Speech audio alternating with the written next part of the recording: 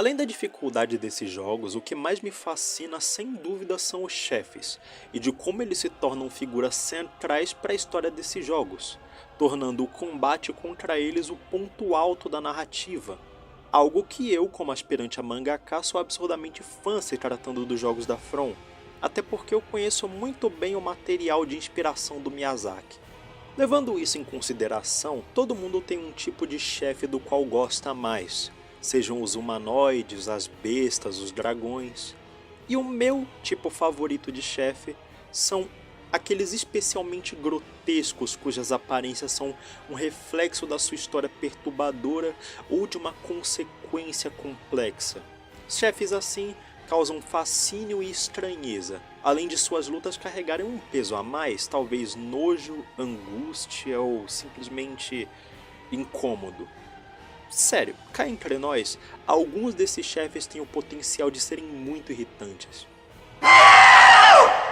E é por isso que hoje, nesse canal, eu trago para vocês o meu top 5 dos chefes mais grotescos dos Souls. Antes da gente começar, eu queria fazer uma menção honrosa ao chefe Adjudicator do Demon Souls. O Adjudicator é um chefe que demonstrou potencial absurdo para estar nessa lista, mas infelizmente, como eu não joguei o game e as informações sobre Demon Souls são extremamente escassas, sobretudo na internet brasileira, fica aqui a menção. E é por isso que, abrindo a nossa lista, vamos começar por ele. Em quinto lugar, Rykard, o Lorde Blasfemo. Em Elden Ring nós temos vários tipos de chefes carismáticos e o Ricardão é um exemplo especial deles. Rykard é um semideus, filho de Renala e Radagon, irmão de Ranni e Radahn. Ele era um antigo inquisidor, mas que acabou por contemplar a ordem dos não conformistas e eventualmente Rykard se deixou ser devorado pela representação física de um deus em forma de serpente.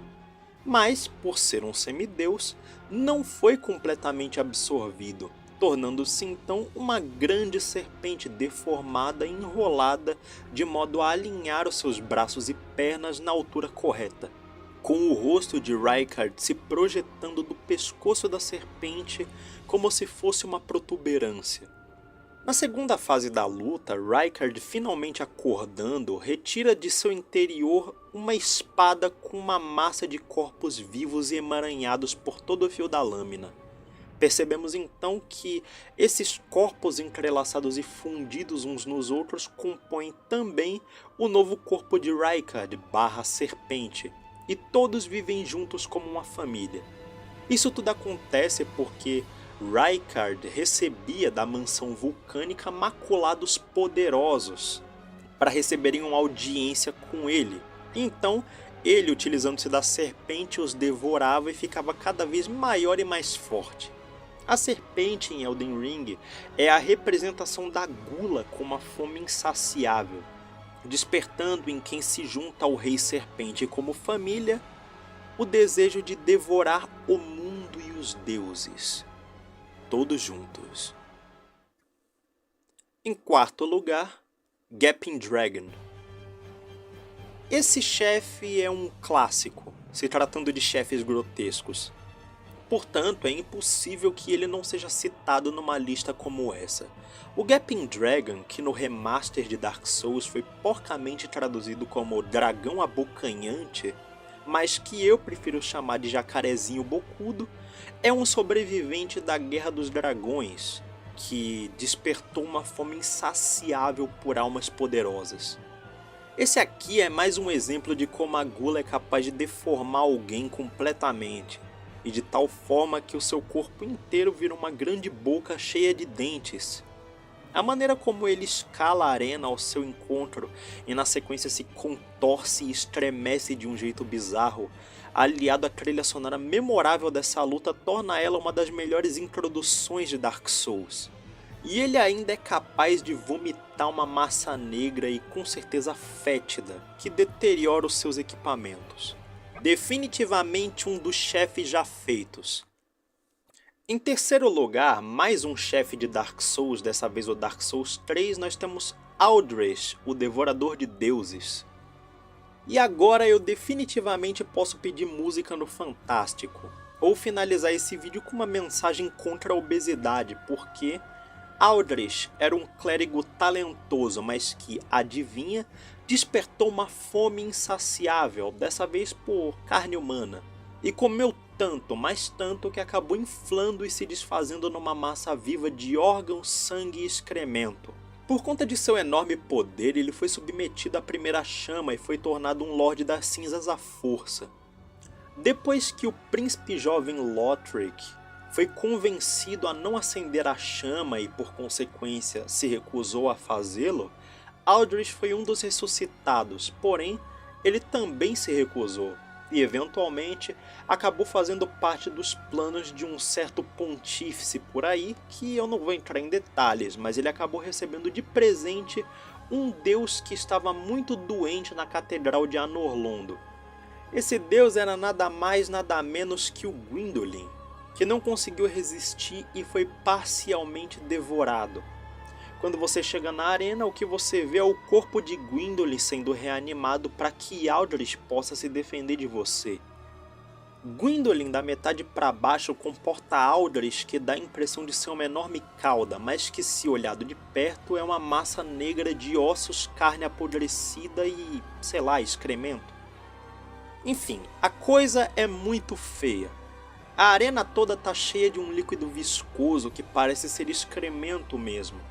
E também tem esqueletos inteiros, o que mostra que ele foi alimentado também com seres humanos, antes ou durante o consumo de Gwyndolin. E graças a isso, Aldrich finalmente se tornou o devorador de deuses. E Anor Londo nunca mais foi a mesma. E você achou que eu não ia falar de Bloodborne aqui? Pois então, em segundo lugar, nós temos o The One Reborn. E finalmente chegamos no caso de alguém que não é guloso, embora eu não saiba se esse chefe pode ser rotulado como alguém.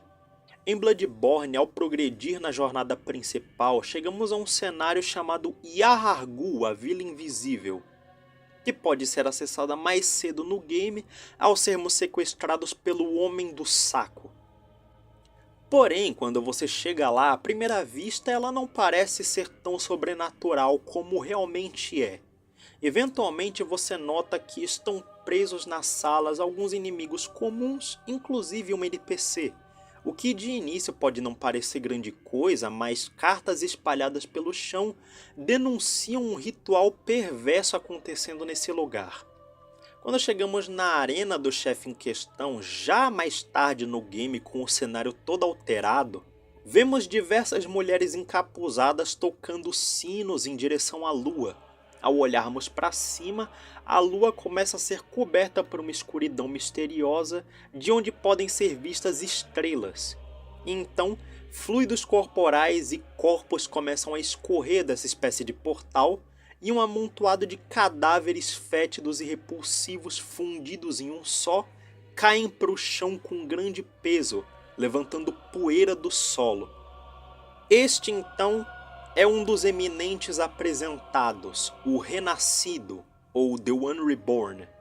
Percebemos então que as pessoas sequestradas foram utilizadas de alguma forma para dar um corpo a um eminente, fazendo com que ele renasça, ora bolas. Isso porque eminentes podem sobreviver em diferentes estados da matéria, ou apenas com as suas consciências, ou até em forma de som, como é o caso de Odon e Mergo. Sim, quando você enfrenta aquele chefe chamado Ama de Leite, o bebê que fica chorando é esse eminente Mergo. Olhando mais de perto o The One Reborn, os corpos fundidos parecem formar uma base no centro, que dá origem ao que parecem ser duas colunas vertebrais que conectam cada lado da base central do corpo, uma com um par de braços e a outra com um par de pernas, com o lado que possui braços tendo um torso humanoide que comanda toda aquela massa. Inicialmente não dá para entender nem um pouco a movimentação dessa coisa, mas eventualmente você percebe que aquilo é uma forma quadrúpede.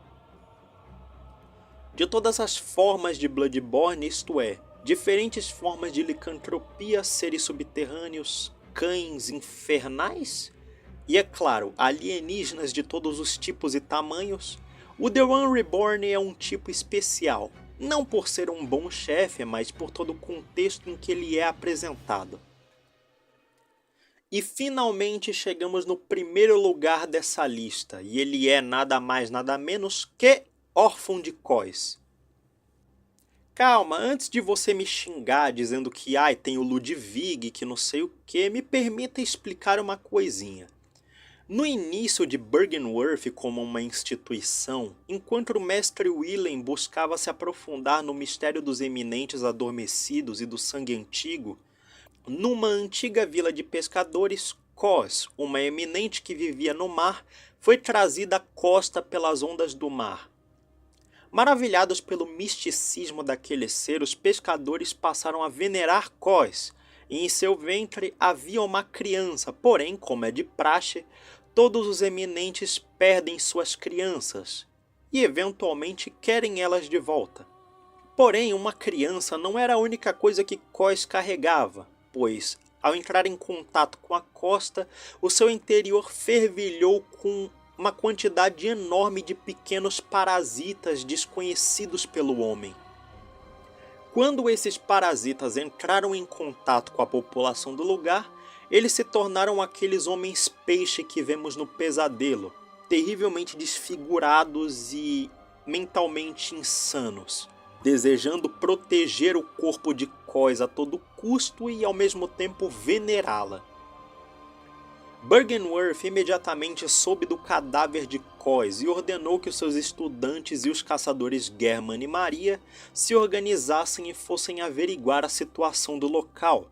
Ao chegar lá, obviamente encontraram hostilidade. Então, eles foram obrigados a massacrar os pescadores, e alguns inclusive foram usados de cobaias em experimentos macabros, o que é denunciado por um crânio lobotomizado que encontramos por lá, o item Criação Amaldiçoada. E tudo isso somente para levar embora o cadáver junto com o filho de Cós. Por conta disso, os sobreviventes que restaram amaldiçoaram Byrgenwerth e suas gerações, e Cós, em estado de consciência, ouviu essa súplica. Isso porque um eminente pode morrer por sua forma corpórea, mas eles continuam vivos apenas com suas consciências, e ainda carregam consigo muito poder mesmo nesse estado. Poder suficiente para inclusive criar planos astrais que podemos acessar com nossos corpos físicos. O chamado Sonho do Caçador, o Pesadelo de Mensis e o Pesadelo do Caçador. A consciência viva de Cós criou o Pesadelo do Caçador de modo a penalizar os participantes do massacre na vila de pesca, prendendo-os no pesadelo, ou seja, todos os que você encontra lá participaram do massacre, sendo assombrados pelas consequências de seus atos, como é o caso de Maria e as falhas vivas. E no fim do pesadelo, finalmente, depois de passar por todos os desafios e desvendar o segredo, você finalmente encontra o órfão, o seu desafio final, manifestado fisicamente pela consciência de sua mãe no exato momento em que ele nasce de seu ventre. Um humanoide, alto e esguio, com a aparência de um idoso esquelético. A sua pele é pálida, de aparência flácida e sem pelos. Seus pés e mãos possuem guelras de peixe vestigiais e ele carrega consigo a placenta de sua mãe que usa como arma. Inicialmente ele chora como toda criança faz, mas seu choro se transforma em gritos de ódio e ele se torna inacreditavelmente violento, assim que nota a presença do jogador. Na segunda fase ele assume a postura quadrúpede e dobra de tamanho, ficando ainda mais agressivo, o que me leva a crer que sua evolução tinha potencial de se tornar ainda mais grotesca. A maneira como ele luta, a sua apresentação, todo o contexto por trás da vila de pesca e ainda por cima aquele grito bizarro, que conforme você se acostuma com a luta mais irrita do que te assusta, torna o Órfão de Cós, pra mim, o chefe mais bizarro já criado. Ufa, E finalmente chegamos ao fim desse vídeo. Eu espero de coração que você tenha gostado e não se esqueça de deixar o gostei e de compartilhar esse vídeo para chamar mais gente para o canal. Só um adendo, no vídeo anterior o Kadashi me ajudou muito com a edição, então eu tentei trazer o máximo de elementos daquela edição e aplicar na minha identidade. Então eu queria um feedback de vocês quanto a isso. O canal já está com 72 inscritos e eu agradeço imensamente ao apoio de vocês, portanto, nada mais justo do que me empenhar para aumentar a qualidade disso aqui. Em breve eu vou trazer mais novidades, sejam de novos vídeos ou do mangá propriamente dizendo. Até lá, eu espero que vocês todos fiquem com Deus e até a próxima.